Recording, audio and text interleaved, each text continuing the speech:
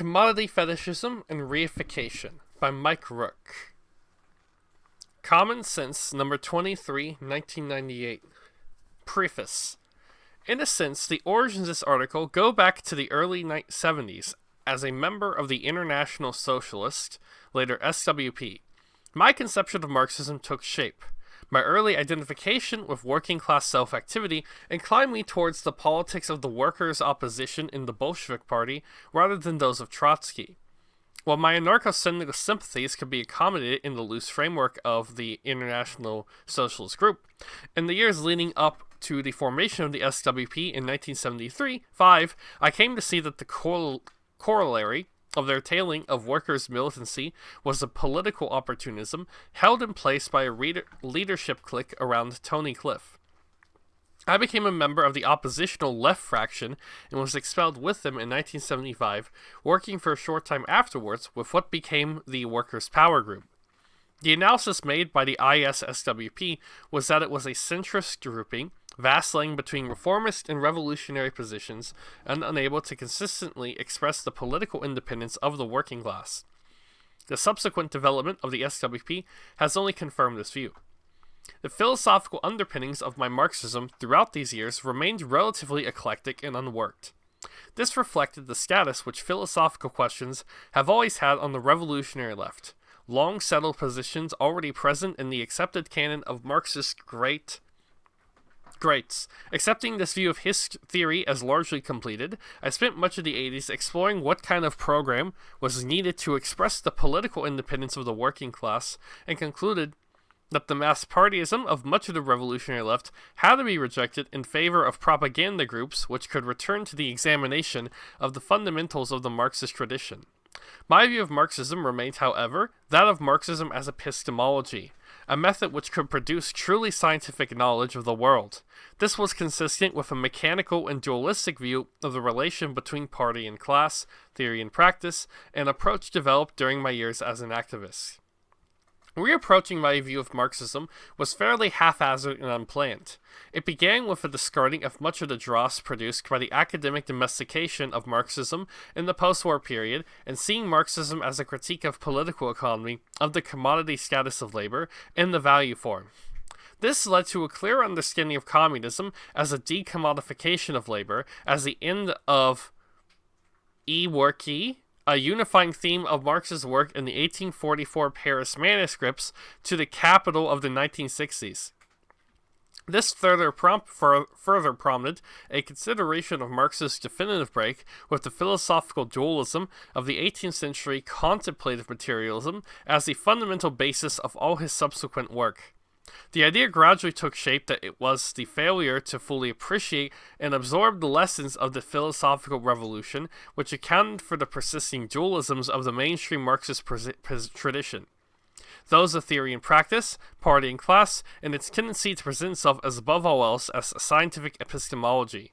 My understanding of Marxism was beginning to change and cohere around the notion of Marxism as a form of ontology and the concept of commodity fetishism.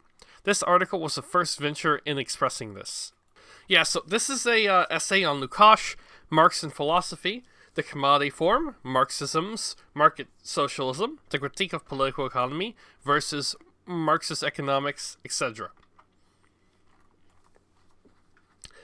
Quote, "It is no accident that Marx should have begun with an analysis of commodities when, in the two great works of his mature period, he set out to portray capitalist society in its totality and to lay bare its fundamental nature. For at this stage in the history of mankind, there is no problem that does not ultimately lead back to that question, and there is no solution that cannot be found in the solution to the riddle of commodity structure." That's from Lukács.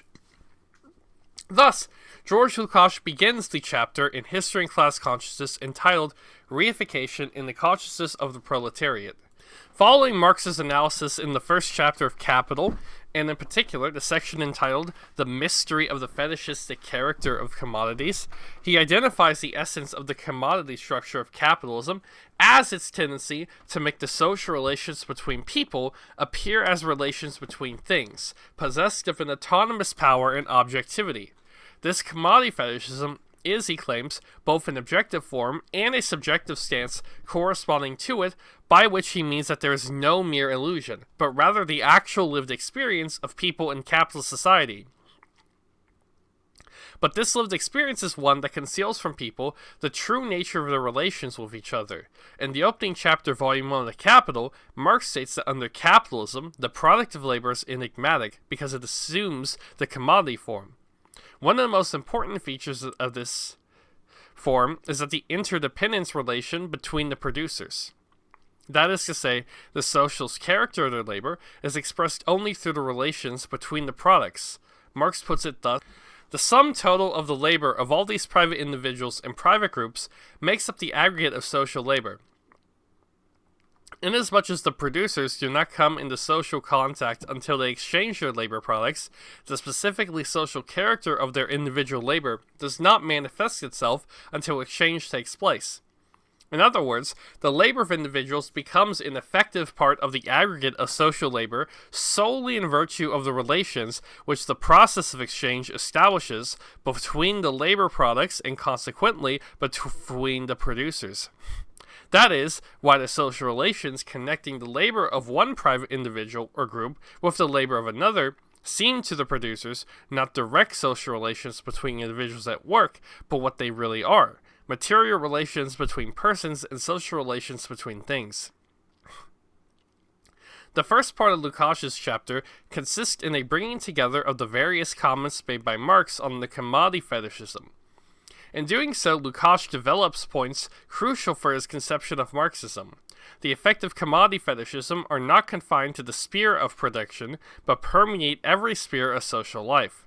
Commodity exchange is for Lukács a universal structuring principle of capitalist society.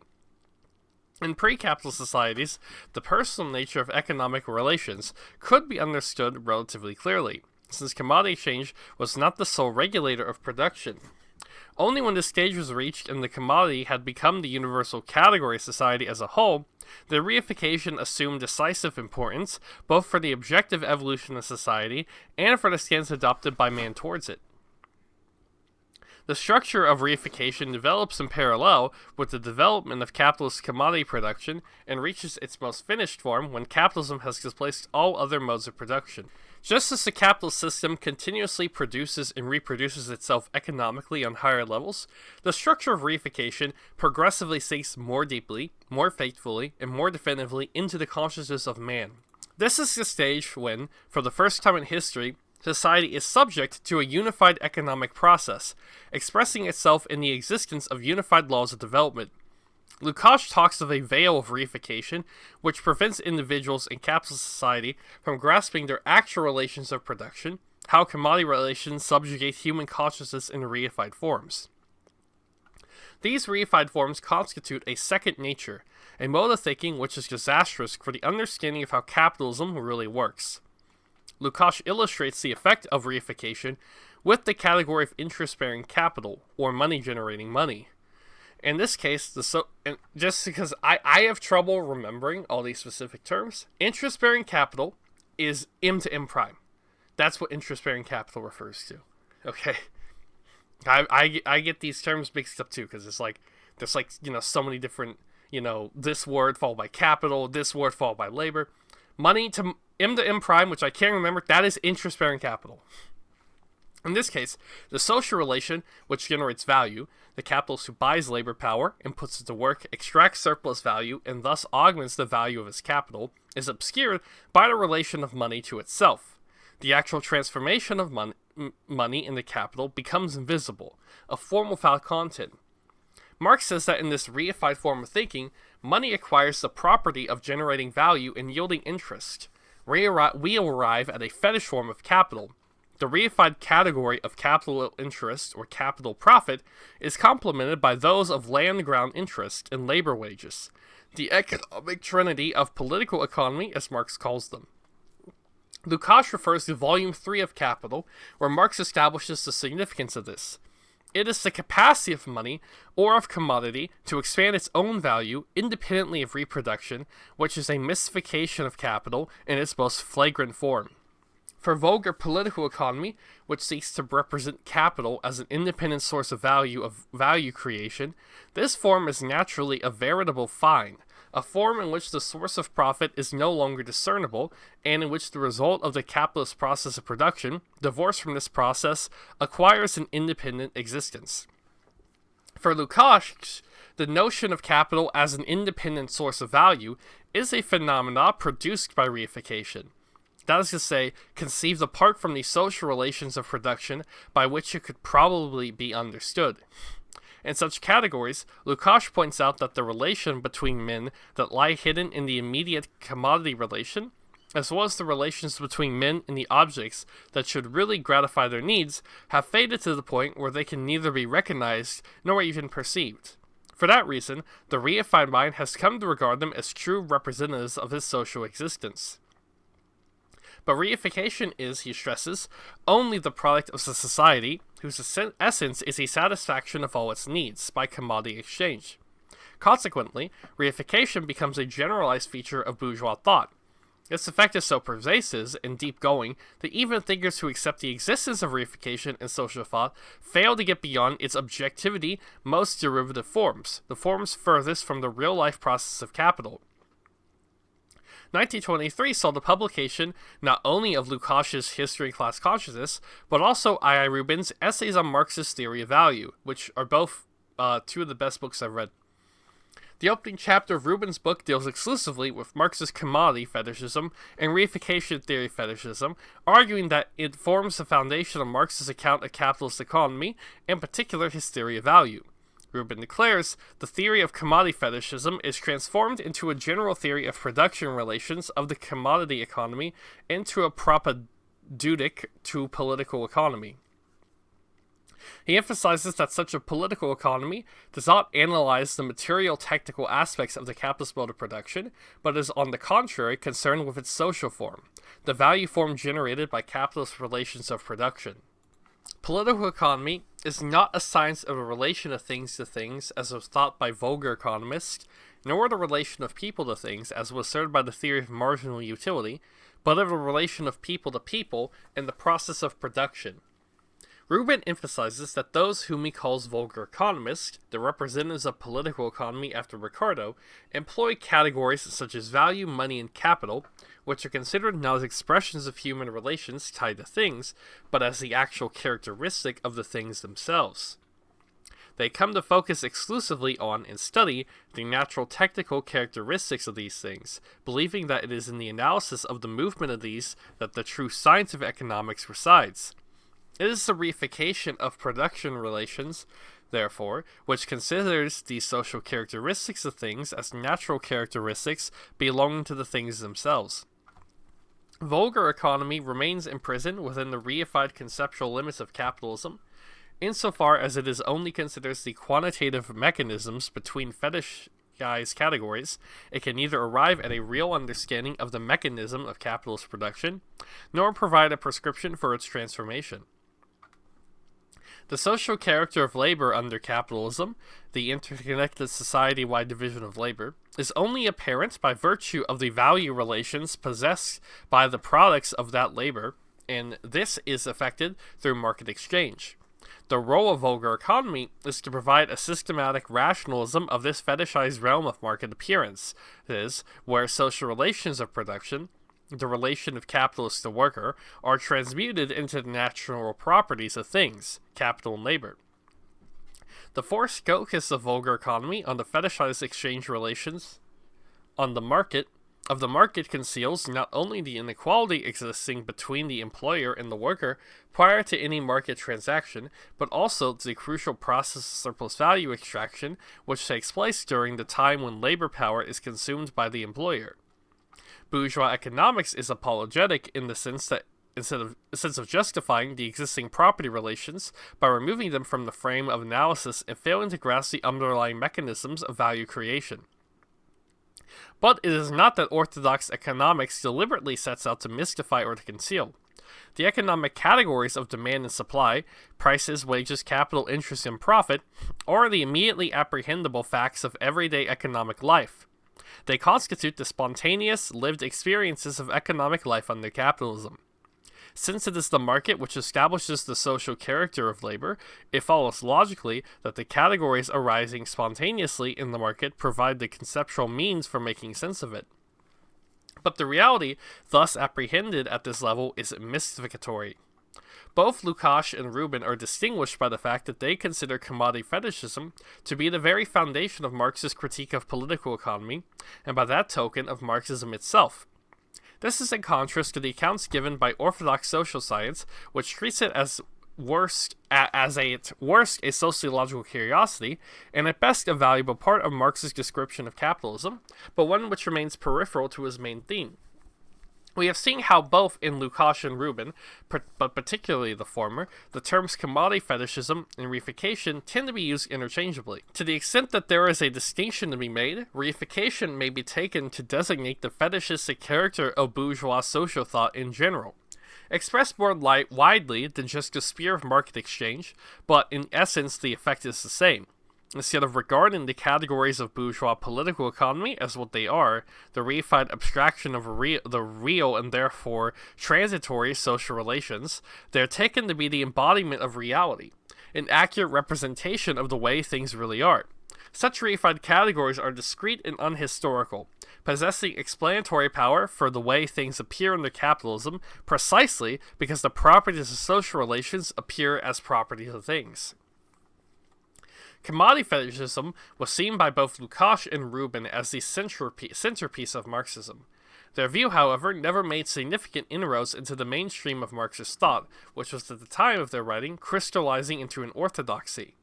The philosophical core of Marxism after Marx had been established principally by Engels and Kautsky, and it was this core that ossified into diamat of the Third International under Stalin.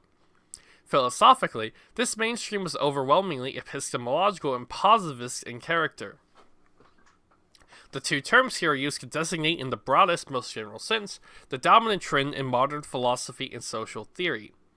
By epistemological, it is meant a concern with the conditions and possibilities of knowledge, a focus that can be traced back to Cartesian rationalism. The starting point is a subject-object dualism, whereby the human subject confronts the world external to it and attempts to gain knowledge of it. The most important problem thrown up in this paradigm is that of the objectivity of knowledge. By positivism, it is meant that the application of the methodology of the natural sciences is the study of social phenomena. It is an approach which privileges the empirically given, the raw sense data of reality, which it refers to as the facts, regarding these as more or less readily intelligible to the neutral observer. Both terms signal objectives and problems which revolve around the questions of how the individual human subject can gain knowledge of the external world and what the status of such knowledge is. The terms are used here almost interchangeably, since the rationalist and empiricist strands in modern philosophy reflect a common preoccupation with the status of scientific knowledge. Positivist social sciences is anyway the logical and historical result of the epistemological focus assumed by a modern philosophy influenced by the growing hegemony of natural science. In contrast to this tradition of positivistic Marxism, the concepts of commodity fetishism and reification provide the points of reference for Marxism as ontology. Ontology, not in the speculative metaphysical sense of a philosophical system built around categories of being in general, but of a materialist social ontology grounded in the dialectic of social labor. With its tradition of positivist Marxism, these concepts have been read in epistemological fashion almost as illustrative examples of false consciousness in the debate over ideology, rather than as specific results of Marx's analysis of the labor process of capitalism. The importance of Lukács' history class consciousness lies in the centrality that the concept of reification has in his exposition of Marxism. In Lukács' Ontology of Social Being, the work of the last years of his life from the mid-60s to 71, he drew out the philosophical implications of this focus more deliberately and more explicitly, and in this sense produced an invaluable reference point for any critique of the orthodox tradition. Subject and object in philosophy. Truth is not to treat objects as aliens. Hegel. Throughout the history of modern social science, one theme has preoccupied its practitioners more than any other: the question of objectivity. This has been the coordinate around which the debates in the social sciences have remained steadfastly fixed, and it remains even so in the wake of the recent postmodernist turn. The specter of relativism is merely another angle of this concern with objectivity. Can social science know the world through the murky lens of the human subject by employing the method of natural science?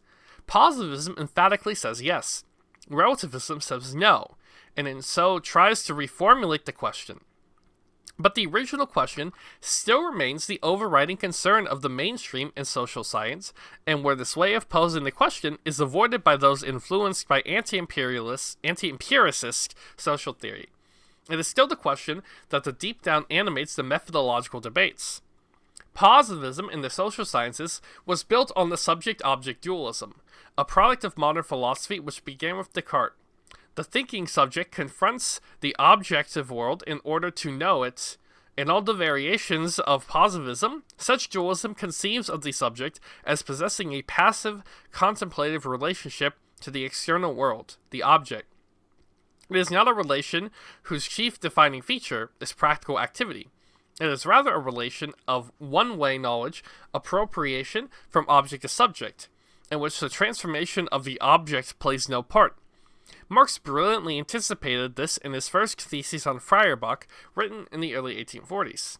The chief defect of all materialism up to now, including Feuerbach's, is that the object, reality, what we apprehend through our senses, is understood only in the form of the object or contemplation, but not as sensuous human activity, as practical, not subjective.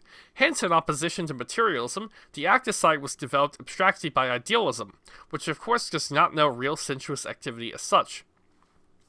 Such dualism reflects a reification of objective reality, which assumes a separateness and autonomy from social actors, and can therefore only be known in abstraction from them. Arising logically from this separation is a parallel separation, the dualism of theory and practice. Theory in positivist social sciences is a closed epistemological realm, related to practice only by a process of abstraction.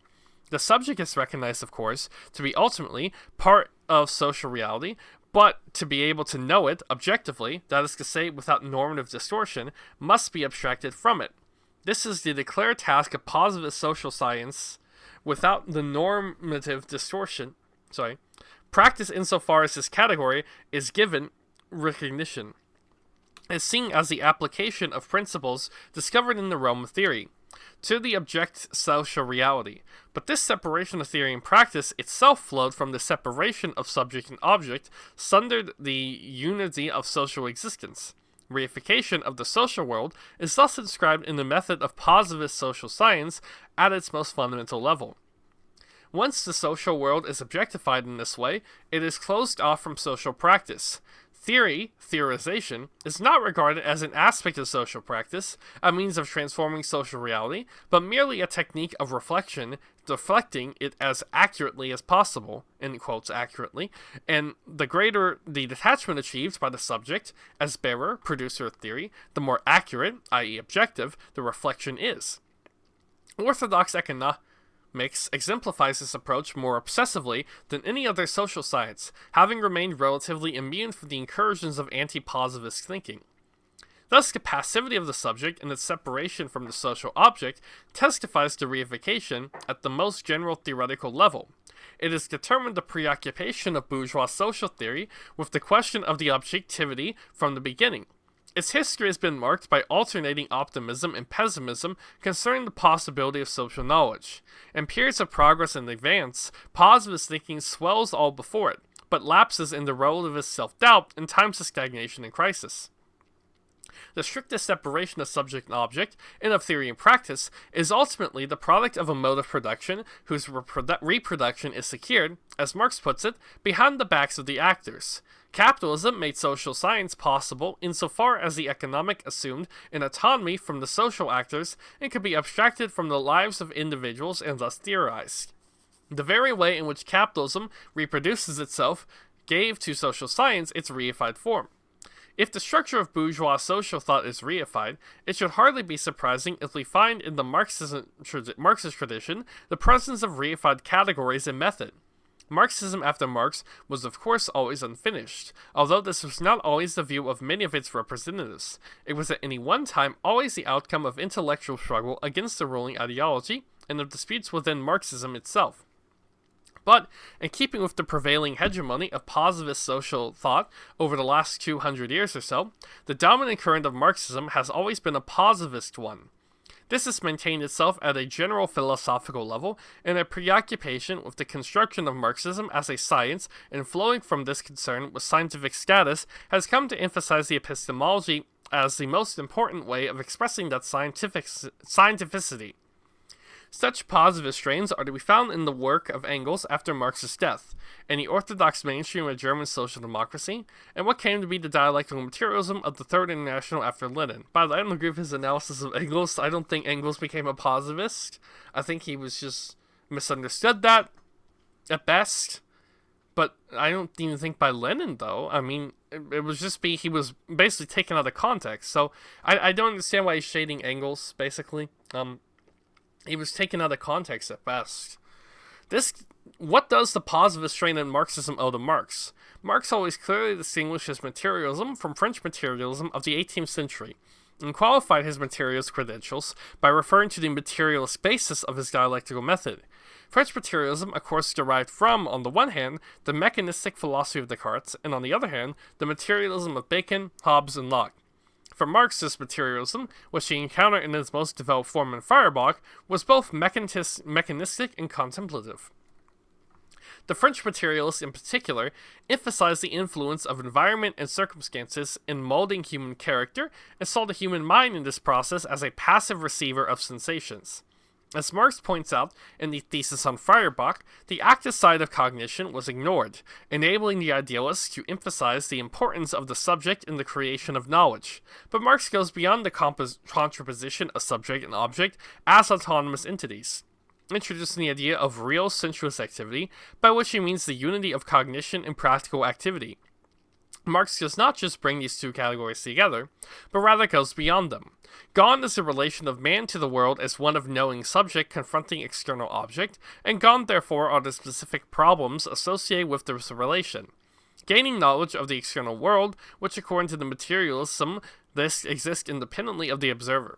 For Marx, this is a false and entirely misleading issue, because there are no pre-given facts. There is no natural datum of experience existing independently of human subjects. The so-called objects of knowledge are in fact socially mediated objects, determined by the need of human beings in their struggle for existence. Moreover, there is no nature existing independently of and prior to humans. It too exists as it does only for human activity. Nature is, for Marx, man's inorganic body. Humanity only knows the world which his productively active has created.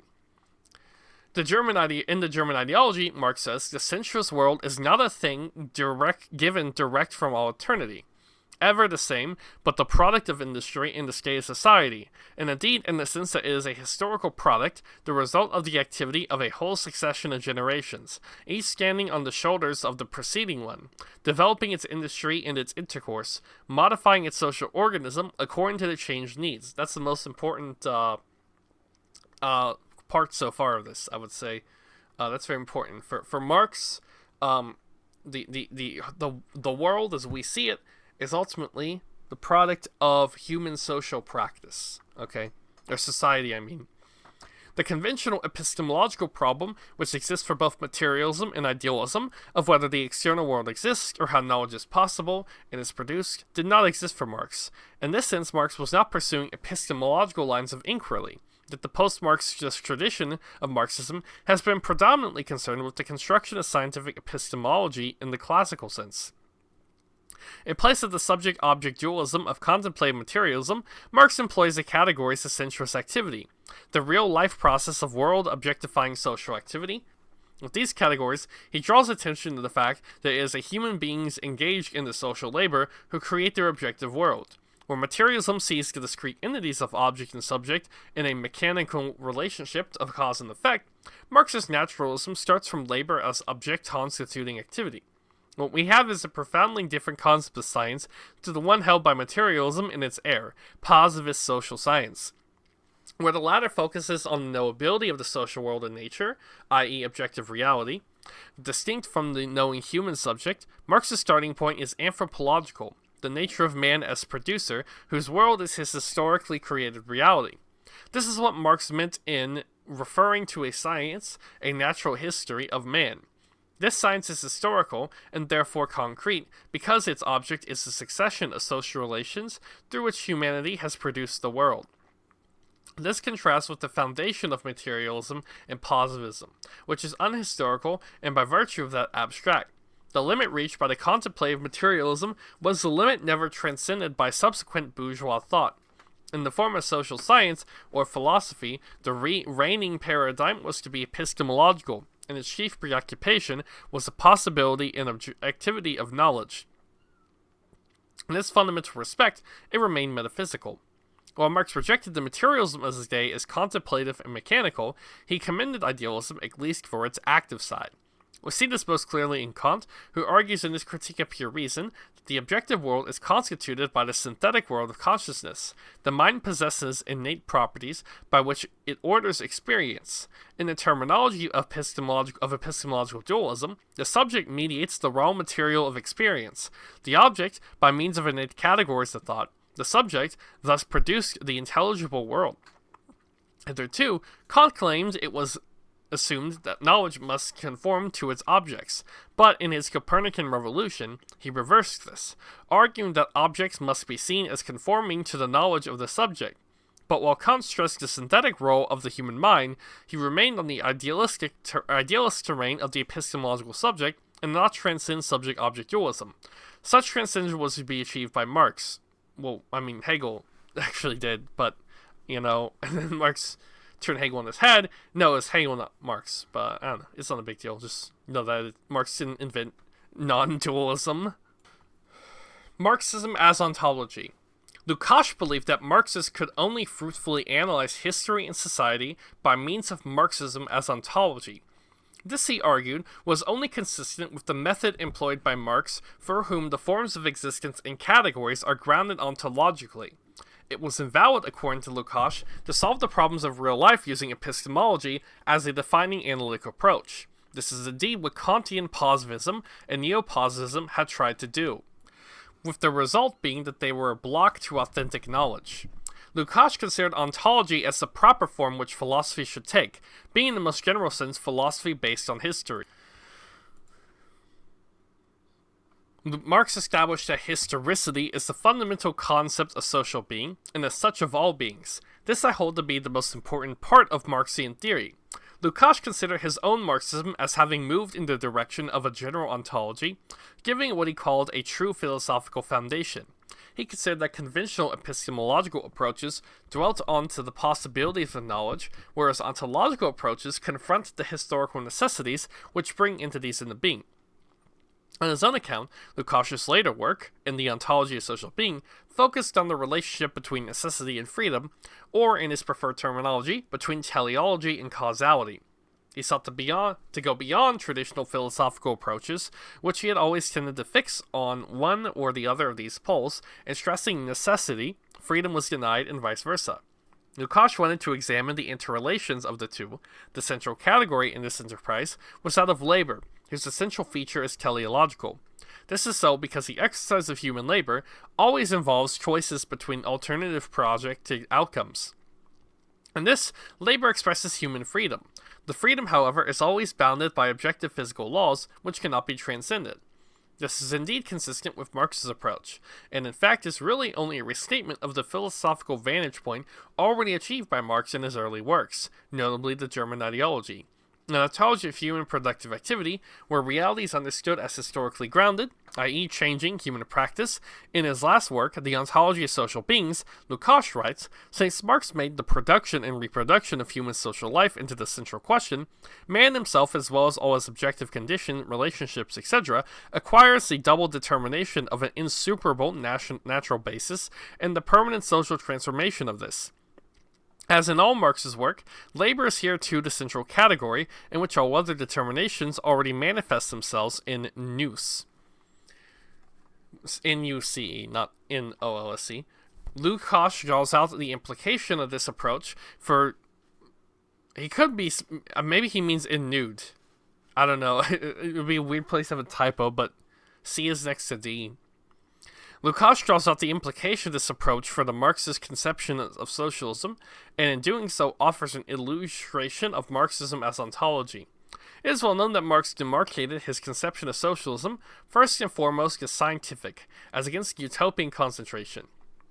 If we examine this distinction from the standpoint of Marxist ontology, the first decisive aspect that strikes us is that Marx sees socialism as the normal and necessary product of the internal dialectic of social beings, of the self-development of the economy, with all its presuppositions and consequences, as well as of the class struggle, whereas for the utopians, a development that was in many respects essentially defective had to be corrected by decisions, experiments, provisions of models, etc. But Lukács' restatement is in itself important, since it challenges the dominant trend after Marx of Marxism as epistemology. For much of this mainstream, the social ontology of Marx was not properly understood and even ignored. Classical subject-object dualism remained an ill-digested form within Marxist discourse. It provided the theoretical underpinnings of the attempt to fashion Marxism as a positive science. We have said that the epistemological focus was one which Marx had defined as irrelevant to a natural history of man, but positivistic Marxism, in retaining the category of the subject, has accepted the content and significance this is given to the subject of consciousness and knowledge. In recognition of this, some thinkers have sought to stress that Marx's contribution centers around the concept of praxis. The problem with the concept of praxis is that it's too easily interpreted as simply human activity in general, and does not convey what it specifies Marx's notion of human practice as world objectifying activity. The important point here is that praxis, in the latter sense, only becomes apparent insofar as the idea of the subject as passive knowledge producer is rejected, and in its place, social individuals are seen as producing their world through labor. In this respect, Marx does not just give the concept of the subject a different content, but rather replaces it with the altogether different concept of social labor. This is a reversal of the epistemological tradition, which runs from Descartes through Kant and is continued in positivist social theory. Yet the mainstream of the Marxist tradition, in which Engels and some would argue Lenin were pivotal influence, has reduced the philosophical choice to one between materialism and idealism. Well, that's a weird way to phrase that. Identifying Marx as merely an elaboration of Feuerbachian materialism. In this scheme, that's not true at all. I don't understand these more. I don't know, this guy's like so desperate to like contrast his views from mainstream Marxism, in air quotes. I guess he just means Marxist-Leninism, which is fine, but for no reason he's shading Engels. Literally for no reason. And he's insisting that so it's like MLs call people idealists, I guess. Like, that's a thing. But like a lot of times they're correct, you know? Like, people are right. There is I do think elements of idealism do kind of make their way back into postmodernism. People, when they're not careful, can exhibit idealist tendencies, you know? So that's not inherently wrong. I think this is dumb and polemical to claim that Engels and Lenin elaborated Marx as a post-Feuerbachian materialist. I have no idea what the hell that's about. Engels literally wrote the book with Marx criticizing Feuerbach. Yeah, you're citing. He literally wrote that book with Marx. Anyways. In this schema, Marxism as a historical ontology of social being had no place. Yeah, again, this is stupid. If you read Lenin or Engels, I have no idea how you get that impression. If you want to make a general point about ML understand Marxism, sure, but I have no idea why he's insisting Engels did this. He didn't. I have no idea where he did that. I have no idea what this guy's talking about. The addition of the dialectic to materialism in no way compensates for this exclusion. Oh, okay, it doesn't. It does, though. It does, actually. Since it complements the materialism in what basically is an epistemology. Completing the philosophical revolution initiated by materialism became the raison d'etre of positivist Marxism. Its emblem, the honing of Marxism as a science in a defensive and self-conscious distancing from philosophy. Well, that's correct to do. Marxism is not a philosophy, so you should distance it. It does claim to be the most thoroughgoing part of the modern scientific enterprise, fulfilling the goal which positivism was held to be incapable of achieving of objectivity. Now, I do want to point out, I do think he's referencing, like, I think a lot of what he's saying is true about this. Like, I think a lot of Marxian economist people do that, basically. That's what they're doing, effectively. For example, so that would be true of them. It's just, I don't know why he just can't be more focused in his criticisms. It's just vaguely gesturing. I even named some of the people. He just puts the names, like, I don't know. He's just making vague gestures to people. I wish he would just pick one and then maybe just say, oh, he said this here. That's obviously wrong for this reason. And then, and then in people's own time, they could then find the other people. It's really lazy how he's just throwing every name but Marx and saying they just don't understand Marx in the slightest. And just making up things, basically, about them at this point. Marx, from the very beginning of his philosophical enterprise, is seeking an ontological ground for the reality beneath appearance. Well, no, he doesn't believe there's a reality beneath appearance, actually. Throughout, he seeks to establish the material presuppositions of human existence by regarding being as production, as labor. Lukács argues that Marx's so-called economic writings are in fact works of science, but one which have been arrived at through philosophy. Well, I don't know where Lukács said this, but that would be wrong. He did not arrive at through economics through philosophy. I would be really shocked if Lukács said that. I don't know where that is. I've never read anything by Lukács like this. That would be very wrong to believe. I'm kind of suspecting he didn't say that, but I could be wrong. This means the facticity is investigated from the standpoint of actual existing relationships, and not facts as isolated and self-contained, fetishized, and deified entities. The philosophical account of Marx's method is to be found in the first part of the book, The German Ideology, written in 1845. This guy needs to figure out if Marx is a philosopher or not. I think he's saying he decided he is, again, which is wrong. I would say he's doing anti-philosophy. And, in fact, Marxism necessarily entails the abolition of philosophy. But anyways, Cartesian epistemology attempted to an account of knowledge by employing a reductive method of analysis which broke down phenomena into their constituent parts, and insofar as it created for itself a problem of knowledge, turned this problem into one of knowledge of the self, the subject, and its cognitive capacities. This is the subjective turn, which is inherent in epistemology convention, conceived as an abstract and metaphysical account of the possibility of knowledge.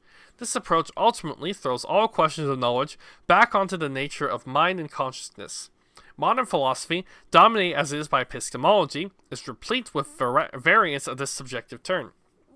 But this is something that is not only characteristic of bourgeois philosophy, it has molded the mainstream Marxist tradition in turn.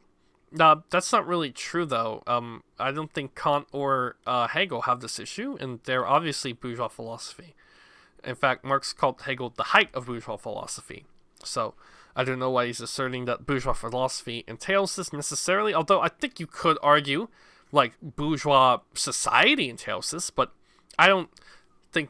I think... I'm not saying he's totally wrong, it's just, he's being a little bit too broad here. An example from a Marxist critique of economics will illustrate the point. And yeah, I think in economics, a lot of ways saying is definitely true, though. In an article titled Ideology, Knowledge, and Neoclassical Economics, Some Elements of a Marxist Account, Simon Mahan sets out to explore the question why the appearances of capitalism take the particular forms that they do, and why these appearances are systematically delusory. After explaining that the root cause is commodity fetishism, he goes on to argue that an account of fetishism is crucial to an account of ideology. Mahoon suggests it is the task of Marxist theory of ideology to provide an account of why ideological systems arise. His posing of the problem, however, reveals an approach which falls squarely within the tradition of Marxism as epistemology. Oh really? What does he say? Here's the quote. Since within Marxism ideology is counterimposed to knowledge or sciences, then to the extent that such a counterposition can be justified. A theory of ideology necessarily involves a theory of knowledge, and much of modern Marxism has been concerned with the establishing the difference between knowledge and ideology and the relations between the two. Why didn't you just start with this? You could have just skipped, literally, most of this section so far. Like, almost everything in this section up to this paragraph could have been skipped, okay? Anyways, yeah, like I'm tempted to just delete it. I won't though, because it'd be confusing. But he could have just skipped all this like blabbermouthing about how Engels doesn't understand Marx at all and other nonsense. He could have just said modern Marxian economists have an overly mechanistic view of materialism. That's all we had to say. I don't know why he insisted on being so needlessly controversial. Anyways, he goes on to elaborate that the problem is one of specifying the relation between the knower or subject and the thing known or object. Such a specification is necessary, he adds, if choices are to be made between the competing theories. Indeed, such questions comprise the classical problems of epistemology and are the source of many of the areas of debate within contemporary Marxism. Mahoun takes Marxist thesis in the German ideology that it is not the consciousness of men that determines their beings, but on the contrary, their social being that determines their consciousness, as the essence of the classical Marxist position, but as the statement does not provide a solution to the epistemological problems of relations between thought and reality. This can't be the best way to have written that. This thesis, however, presents Mahoun with an insoluble conundrum precisely because he chooses to interpret what Marx is saying through the lens of classical epistemology. But, as has been argued above, this was entirely foreign to Marx's method. Marx was at pains to avoid analyzing the subjective stance which proves the existence of the objective world and the degree of accuracy in knowing it. For him, it was a philosophical cul-de-sac which forced a fruitless inquiry into the consciousness and its conditions of existence. For Marx, the question of the relation of thought to reality and its conventional philosophical form had to be transcended, and it is by focusing his inquiry on the sensuous activity in the sensuous world. Where speculation ends, in real life, there, real positive science begins. The representation of the practical activity of the practical process of development of men. Empty talk about the consciousness ceases, and the real knowledge has to take its place. When reality is depicted, philosophy as an independent branch of activity loses its medium of existence. Yeah, so why are you saying he's a philosopher then? Why did you say he's a philosopher earlier? That's what I'm referencing with that, when I was like, I'm not sure about that, man. The epistemological dualism of subject and object is dissolved into dialectic of knowledge as practical activity. Marx explains this at length in his critique of Feuerbach at the beginning of the German ideology. The premise from which he proceeds are real or material premises, that is to say, real men engaged in producing their conditions of existence. This is an empirically perceptive process, which is no use for the abstract concepts of man, consciousness, and nature, but grasping the implications of this transcendence of subject-object dualism has proved to be the most theoretical step for Marxist after Marx. You literally said all this earlier. This is an entirely redundant paragraph. I'm wondering if I should even bother finishing this. David McGregor, in his important book, The Communist Ideal in Hegel and Marx, has provided an important corrective to the retention in Marxism of a subject-object epistemology. He starts from the claim that Hegel's use of the dialectic is identical to that of Marx, and that the essence of both is conceivingly thought, knowledge, as identical with its object. Yes, this is correct. He's going to say it's wrong, this is correct. If he says this is wrong, I'm not uploading this.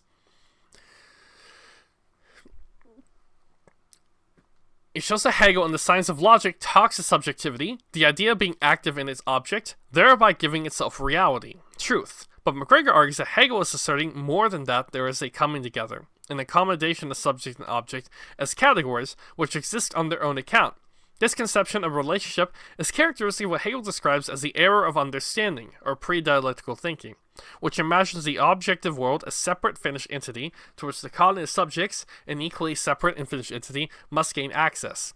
For this mode of thought, truth as a corrective correspondence of thought, an object external to and separate from it, does not go beyond the point reached by Kant with his notion of ultimately unknowable thing in itself. It is McGregor's claim that the identity of knowledge with its object is the essence of the dialectical method of both Marx and Hegel's. What is the mode of existence of this dialectic? McGregor argues that in Hegel it is ideality, the activity, both theoretical and practical, through which men create ideas and translate them into reality. In Marx, the corresponding notion is revolutionary practice. For both, labor is the activity which mediates subject and object, and in fact dissolves their separation. And it is labor which carries with it the concept of teleology and contradiction.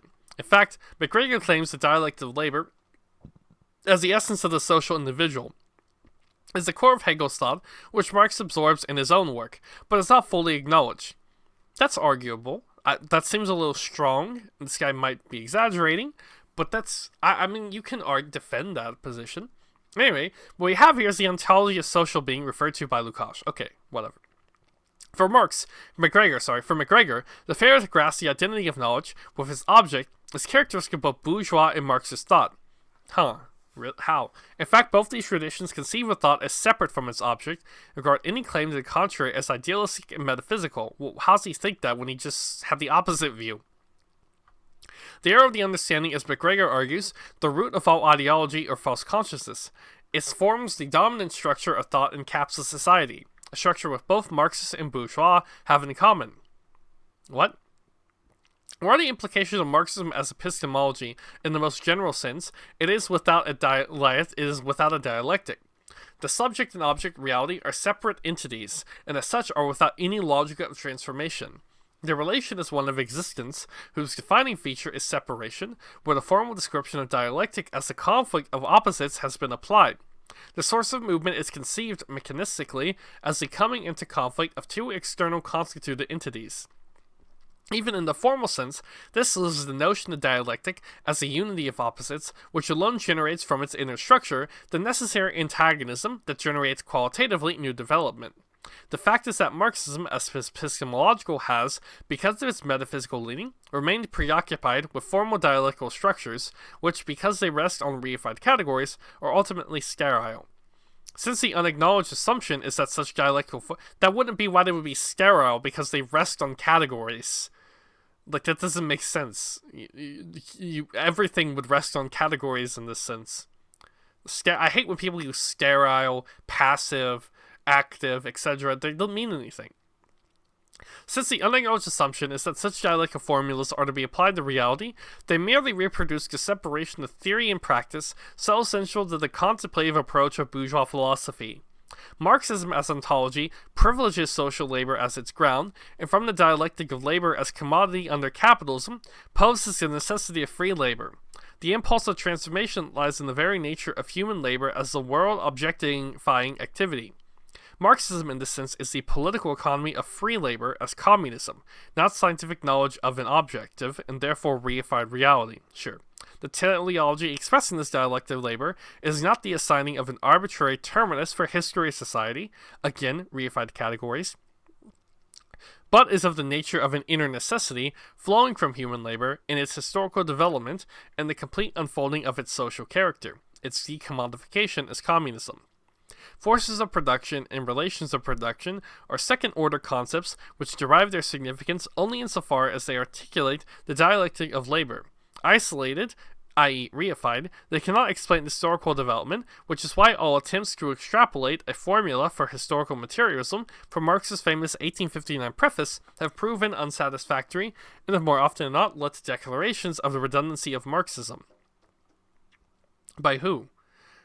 I don't know. The theory of commodity fetishism is the clearest expression of Marxism as ontology. It grounds the categories of class, value, and exploitation ontologically, and thereby posits the possibility of decommodified free labor. An epistemologically rating of commodity fetishism, rooted as it is in the separation of subject and object, treats it as the problem of distinguishing the forms of appearance from reality, and therefore the problem of perception, i.e. misperception of ideology. This is the point appreciated by Etienne Balibar in his Philosophy of Marx. Is that where you got all your takes from? Now, he doesn't even believe in the dialectic, man. Now fetish at all, so I don't know why you're citing him positively, since you've been railing against that the entire essay. Now fetishism is not a subjective phenomena, or a false perception of reality, as an optical illusion or a superstitious belief would be. It constitutes, rather, the way in which reality, a certain form of social structure, cannot but appear. The words "cannot but appear" are key here, and they refer us to Marx's overturning a those are the words Lenin would use, but you say he's wrong. Marx is overturning philosophy's conventional understanding of objectivity. Balibar goes on to just this, without it has been said further developing the point. We can now see that with Marx's argument, by way of an apparently contingent detour, through the analysis of the social forms of commodity circulation and the critique of their economic representation, the question of objectivity was entirely recast. The mechanism of fetishism is indeed, in one sense, a constituting of the natural of the world, the social world structured by the relations of exchange, which clearly represent the greater part of the nature in which human individuals live and think and act today. Marx argues in his earliest writings, the 1844 manuscript in particular, that it is man's sensuous activity which creates an objective world. Reality is therefore a product of objectification of sensuous activity. So-called objective nature is not simply given, but must be established, constituted by human practice. To the extent that man's reality appears over and above him as a dominating autonomous force, is so precisely because of that form taken by his labor as a commodity. Alien labor is thus the pivotal category which makes its appearance in the 1844 manuscript and further develops through the theory of commodity fetishism in the Capital of 1867.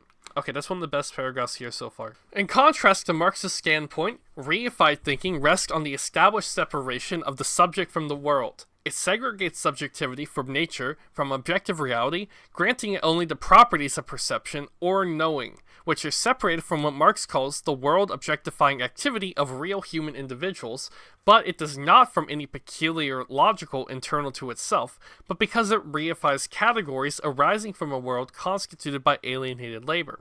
The understanding of labor as a thing, as commodity, which is characteristic of capitalist society, is of course a reified one.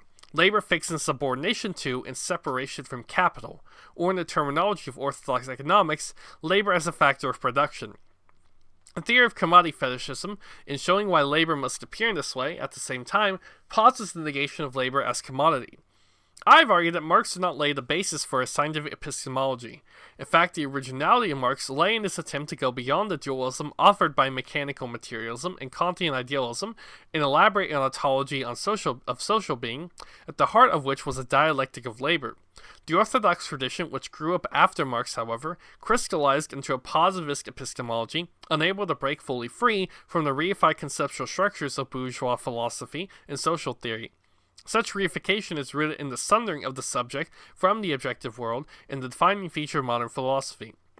The passive contemplative relation of the cognitive subject to natural underpins the separation of thought and being, theory and practice. Such a subject confronts a reality which is always finished, always given prior to the observer.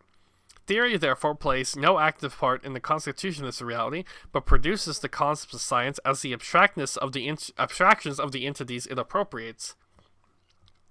Reified thought thus fixes as things what are expressions of, because actually based on social relations. It separates and seals off its categories as discrete entities bearing no organic relation to each other. The notion of the theoretical object as a totality of interconnected categories, which is in the process of continuous change, is entirely foreign to the metaphysical method of bourgeois thought. Positivist Marxism identifies itself as the scientific theory of knowledge, embodied in theory in the program and applied to its object, the proletariat. But such a concept reflected in the reified structures of the ruling ideology, albeit delivered in the language of Marxist concepts. Thus, scientific epistemology produces knowledge, which applies knowledge to the world. Which applies knowledge to object. A positivist Marx sees capitalism, more specifically capital, as a finished entity, ready-made and essentially complete, separated from labor, to which labor has to adapt and confront, and which it therefore has to know as one knows an alien object. This is capital as object or thing. Reifying capital, at the same time, reifies the category of labor. It too becomes a fixed and unchanging essence in the world, moved only by capital, to which it is always subordinate.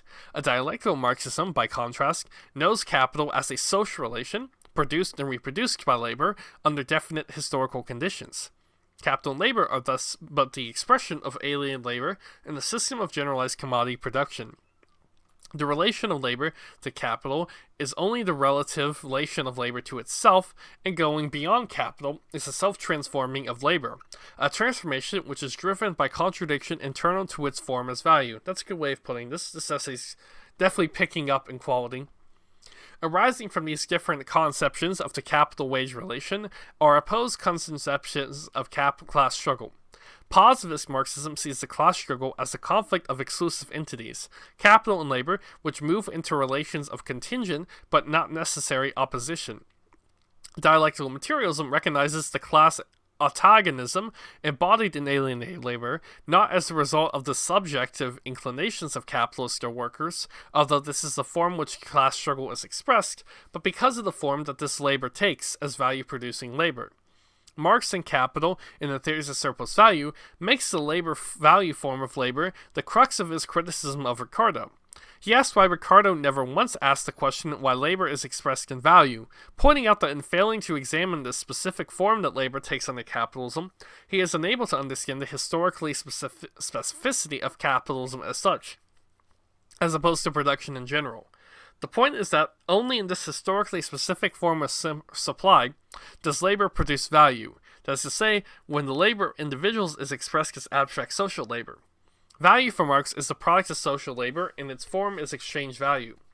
Analysis of the value form is critical. For Oskar Meckel has to argue, the driving contradiction in capitalist society is that between the form and content of the commodity form. The contradiction is immanent in the value form, expressing itself as that between human social labor and its value-creating form. Meckel's outline of Marx's analysis of the value form of labor is part of his larger exposition of Marxism as an essentialism, a philosophical standpoint in stark contrast to the veiling empiricist atomism of bourgeois theory. He further argues that Marx's conception of the historical process and its contradictions are founded upon an essentialist ontology of the real natures of things, an ontology which transcends the false dualism of empiricist epistemology. I would have to look more into that, what he's saying here. Why is this guy not analyzing it, though? Who is this guy? The emergence of Marxist economics. The positive economics is essentially the study of reified categories in the language of the discipline, variables such as price, cost, demand, profit, etc. Such economic facts are reified insofar as they are abstracted from the social relations in which they are rooted, and of which ultimately they are the expressions, however distortedly. Such abstraction is total, investing in such variables a self-sustaining power, which in reality only social relations between people possess. And granting variables, such thing-like qualities, the nature of social relations... Underlying them is totally obscured. Such reification is expressed most succinctly in the idea of the economy as a thing, separate from other spheres of life, politics, family, etc., and made up of those facts designated as economic. The economy thus reified has a life of its own, operating above and beyond the actual existence of its participants, who are identical to economic actors. The economy as machine is the most telling metaphor at the work in orthodox economic, and the language of modern economics is replete with the associated reified imagery.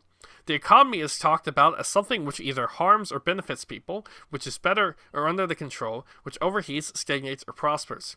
The unifying idea is that the economy is an entity, a thing autonomous of human beings who are largely powerless to affect its laws of working. That was a really good one paragraph. The concept of the economy and the economic possesses no methodological significance in the work of Marx. What? Yet, despite this, the overwhelming majority of Marx commentators, and indeed many Marxists, compartmentalize Marx's work into philosophical, political, and sociological ranks. Oh, that's what he means. Okay. Yeah, for Marx, the economy isn't a distinct entity. Albeit, I don't know. I mean, it's hard to make general statements about most of Marxists, you know? I think that's the main issue of this essay. He's just overly broad, and it's not really helpful. If he just talked about specific people, people could then extrapolate it out to other people, and it'd be much more rigid that way, and, less opinionated. To refer to Marxist economics is commonplace among avowed Marxists. So, for example, Ernst Mandel refers to Marxist economic theory and contends that Marx's contribution to economic analysis lie essentially in the field of the theory of value and surplus value. Those who eschew the idea of a Marxist economic invariably prefer the notion of Marxist political economy, but even here Marx was very clear that he was engaged in a critique of political economy, a critique that meant going beyond the social and property relations, which made political economy necessary. Yes, this is all correct. The reified character of bourgeois economics has had a pervasive impact on the attempt to develop Marxist critique of political economy, an impact resulting from development following the Bolshevik Revolution. The years leading up to the Russian Revolution of 1917 were dominated by the work of Hilferding, Lenin, and Luxemburg, and focused chiefly on the question of imperialism. That is a silly comment to make. No, I understand they all wrote famous books, Hilferding, that relate to the topic of imperialism, okay, but it didn't dominate discourse or something. That's kind of a silly way to view it. Just because those books are more well known by today's standards, it doesn't mean they were the only books around and the only thing people were talking about. Anyways, this reflected the emergence of a truly global capitalism in the last quarter of the 19th century. That's not how you would determine that, and it concentrated the minds of the best Marxists on the material preconditions of the world revolution. In the early 1920s, the survival of the young Soviet worker state generated the industrialization debate involving, among others, Bukharin, Preobrazhensky, and Trotsky. While the possibility of revolution in Germany still existed, the debate could encompass the view that socialism could only be built in the Soviet Union if capitalism was overthrown elsewhere. What? You can't build socialism at all. The question of victory or defeat, or of revolutionary class struggle outside the USSR, was therefore still the central issue. But with the ebbing of the revolutionary tide in the mid-20s and the defeat of the left opposition in the Soviet Union, the debate turned inwards, focusing on the Stalinist strategy of socialism in one country. Varga became the most prominent Soviet analyst under the Stalin regime, devoting his attention to the question of whether capitalism would stabilize or experience further stagnation.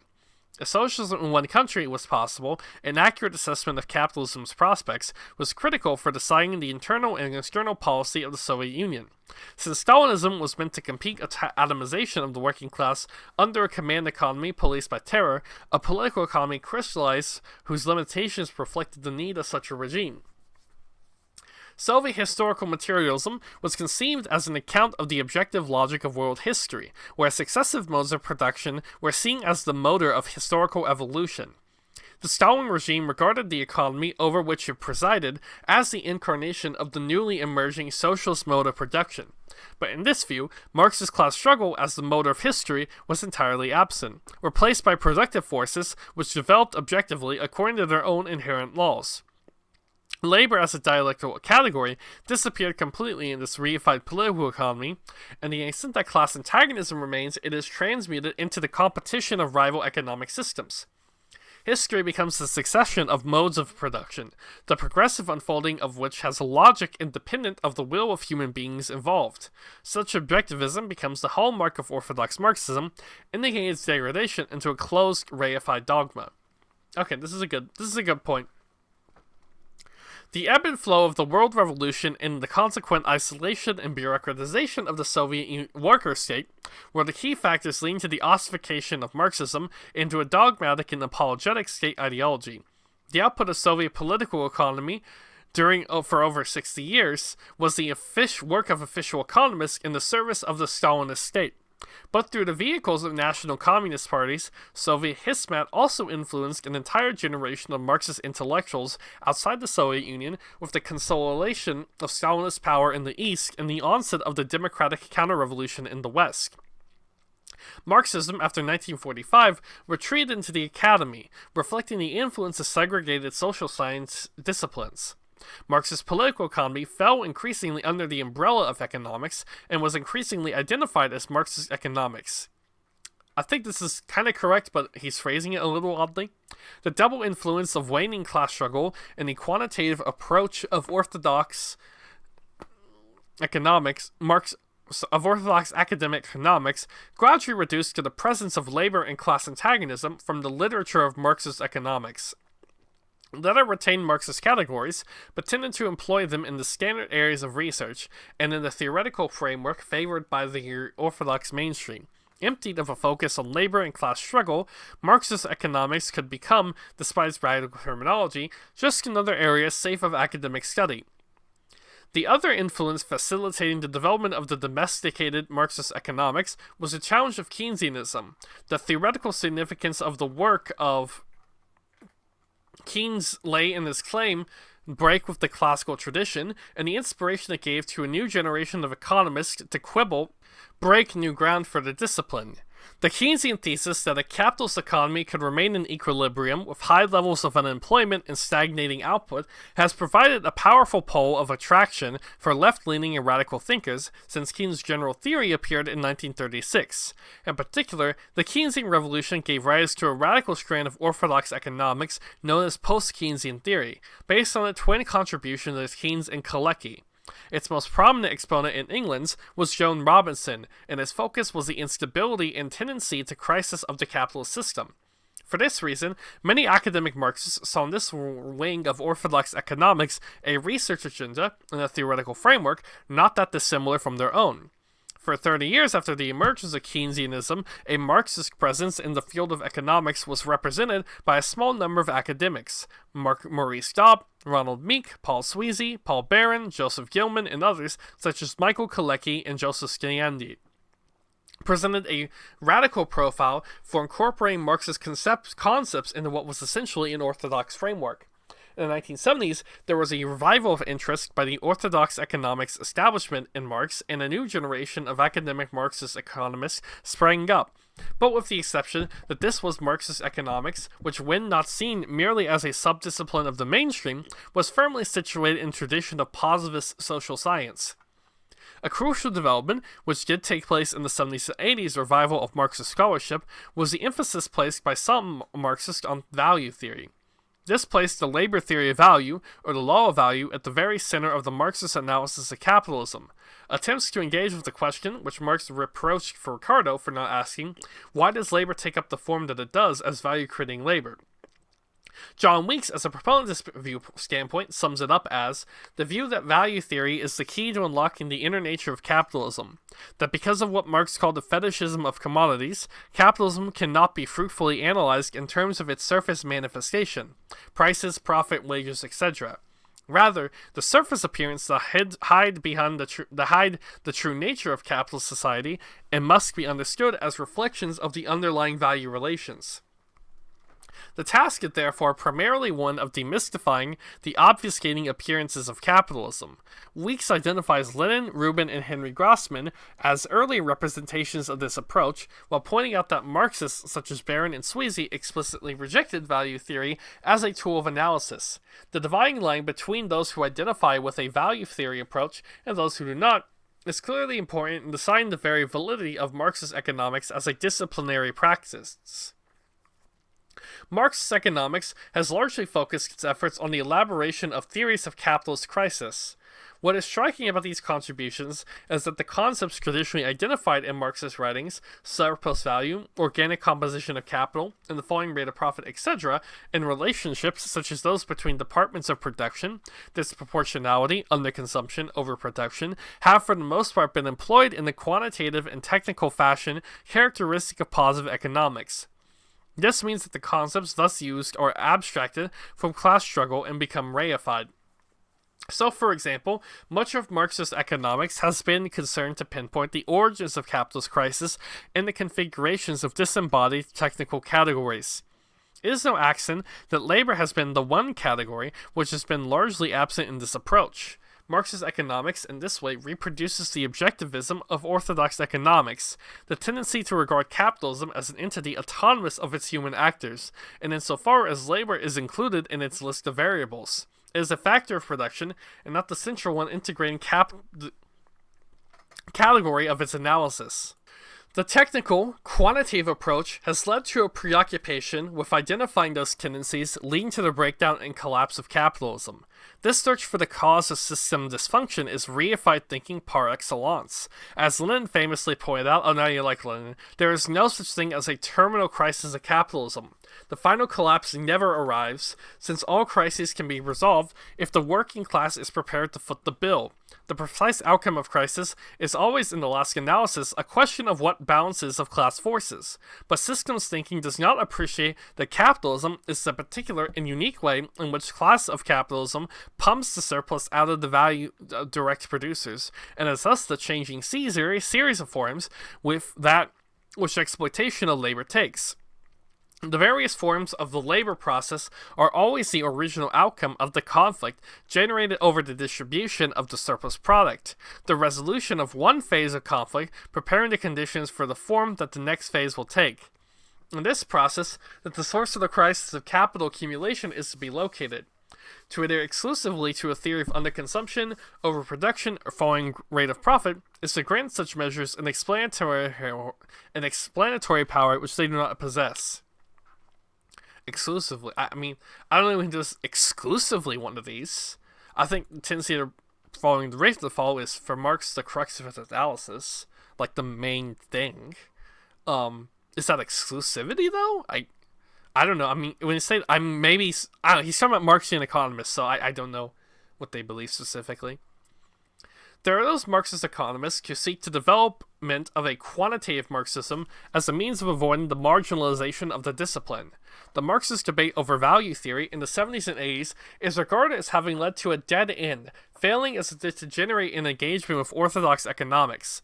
The antidote to such sterility lies in taking up the tools and data of orthodox analysis, in order to capture such phenomena as the dynamics of capital accumulation. The failure of value theory. Marxism is quite clearly seen to be its anti-empirical bias, but the argument turns on what is meant by the empirical. What quantitative Marxism means by empirical is reference to the statistical data which an engagement with the techniques and analysis of orthodox economics makes available. However, that's exactly what Kleinman does. However, what is crucially forgotten is that when value theory employs categories which start from relations of commodified labor, value-producing labor, this is a concrete analysis of social relations. This is in complete contrast to the approach of orthodox economics, which, while priding itself on starting from the empirical, price, profit, cost, etc., is in fact only looking at the surface appearance of capitalist distribution, appearance which obfuscate social relations rather than illuminate them, and which is therefore anything but concrete. The recent efforts to elaborate a quantitative Marxism have been paralleled by renewed interest in the models of market socialism. Although the first market socialists were early 19th century utopian socialists and radicals, such as Hodgkins, Gray, and Proudhon, against whom Marx polemicized, the 20th century versions of market socialism was a response to the claims made in the 1920s and 30s by Ludwig von Mises, Lionel Robbins, and Friedrich Hayek, that rational economic calculation and efficient allocation of resources was impossible in a socialist economy. The recent revival has been fueled largely by the collapse of the Soviet model of command economy, leading to a thoroughgoing question by the radical intelligentsia of the traditional social democratic forms of public ownership and state intervention in the capitalist economy. Yeah, see, that's why businesses don't really work, because if you look at big firms like Amazon that have a bunch of mini firms within them, those firms are dysfunctional because they don't have a market inside them, so they have no way of knowing what resources are priced, and therefore they have no way of distributing them, I guess. I don't know, I understand this argument was mind-blowing to Marxists, but I don't get it. I mean, maybe just because they didn't have large firms back then that do not operate on market grounds. Market socialism asserts the indispensability of markets in any system of resource allocation. It thus believes that socialism cannot aspire to be complete replacement of markets with planning. Oscar Lange, Fred Taylor, H.C. Dickinson, and Abbott Lerner produced the basic market socialist model. The challenge they addressed was the one laid down by the neoclassical economic theory and defended vociferously by von Mises and Hayek. They actually had different positions on this topic, by the way, so I don't know if it's a good idea to just combine them together. That only under a free market capital system is it possible to achieve efficient resource allocation. Their broad solution was to suggest that a central planning board would set market clearing prices through a process of trial and error, to which individual enterprises could adjust their output, or in the case of Lerner, allow socialist enterprises to form their own market prices. This was to be supplemented by a state-provided social dividend payment to offset the inequality of wages resulting from market-determined wage differentials. That's such a stupid idea. Just do normal capitalism at that point.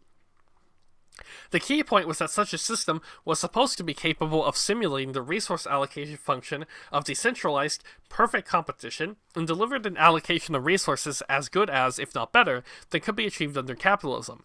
Most importantly, the standard of efficiency adopted was one fashioned by neoclassical economics. In fact, the use of the label socialist to describe the system was entirely misleading, since it presupposed the continued existence of wage labor and capital, and of course markets. Yeah, like, there's literally nothing socialist about that system, as described here.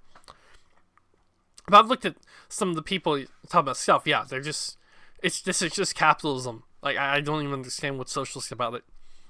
Hayek aptly called it a model of competitive socialism. Despite the extensive debate now taking place over market socialism, contemporary proponents of market socialism add nothing new to the old model except perhaps a greater preoccupation with the politics, as opposed to the economics of the case.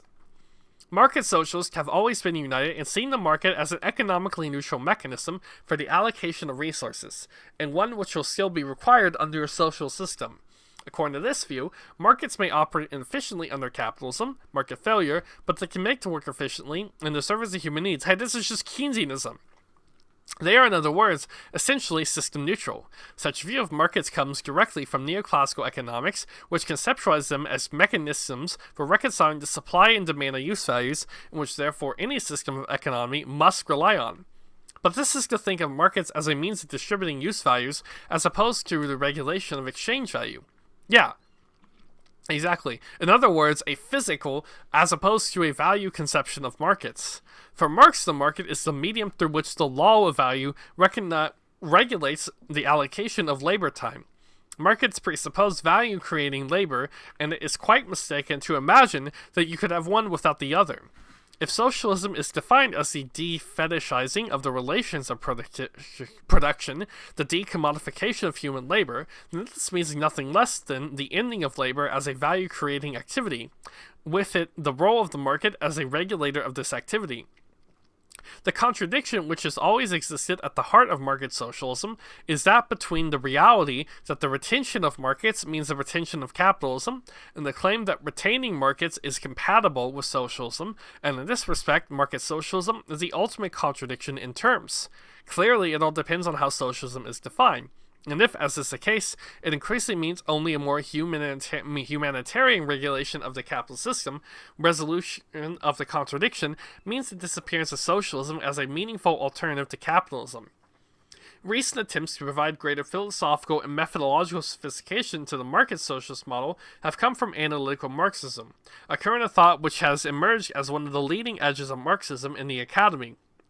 Associated with the names of G.A. Conan, John Elster, John Romer, and Eric Olin Wright, it is highly self-conscious of its claim to theoretical innovation. What this amounts to, in an attempt to read Marx and reformulate the conclusion of Marxist tradition, from the standpoint of methodological individualism. In particular, using concepts originating in the marginalist revolution of neoclassical economics. In many respects, this is nothing new, but has made the running in many academic circles, given the demoralized state of many of the radical intelligentsia. Analytical or rational choice Marxism is usually perceived to be the result of the importation of Marxism of a positivist method.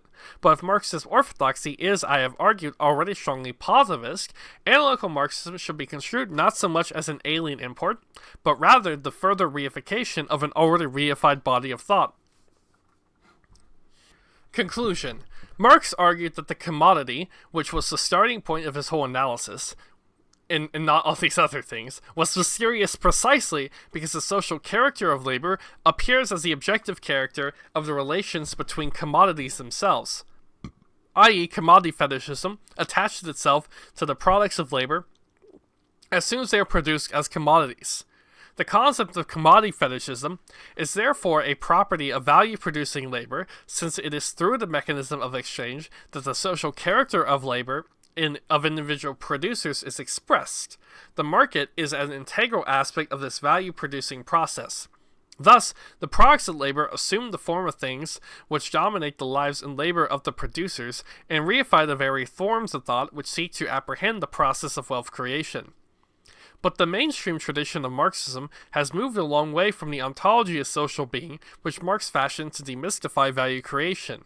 It has correspondingly displayed the category of fetishism and reification from the analysis of labor, and in doing so has fallen prey itself to the use of reified concepts. Nowhere has this been more marked than in the praxis of Marxist economics, for it is in the sphere of economics that reified categories exert their strongest influence. Thus, the task of re-establishing value analysis as the core of Marxist thought and resisting the pull of qualitative Marxism, analytical Marxism, and market socialism is part of the task of re-establishing Marxism as ontology and the defetishation of labor as its object. The socialism registered by this ontology is thus the abolition of wage labor, of commodity production in the market. In short, the suppression of the law of value. At the end of the reified socialisms and the space created by the collapse of Keynesian socialism and Stalinist communism, it is socialism as the emancipation of labor which Marxists was fashioned anew.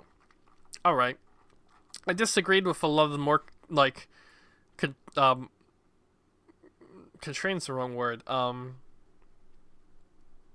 divisive takes in the middle, but I think his analysis of Marxist economics was spot on. I wish he just only did that in this essay, because he didn't even name any specific people for half of it. In this one, it's okay, I know what you're talking about,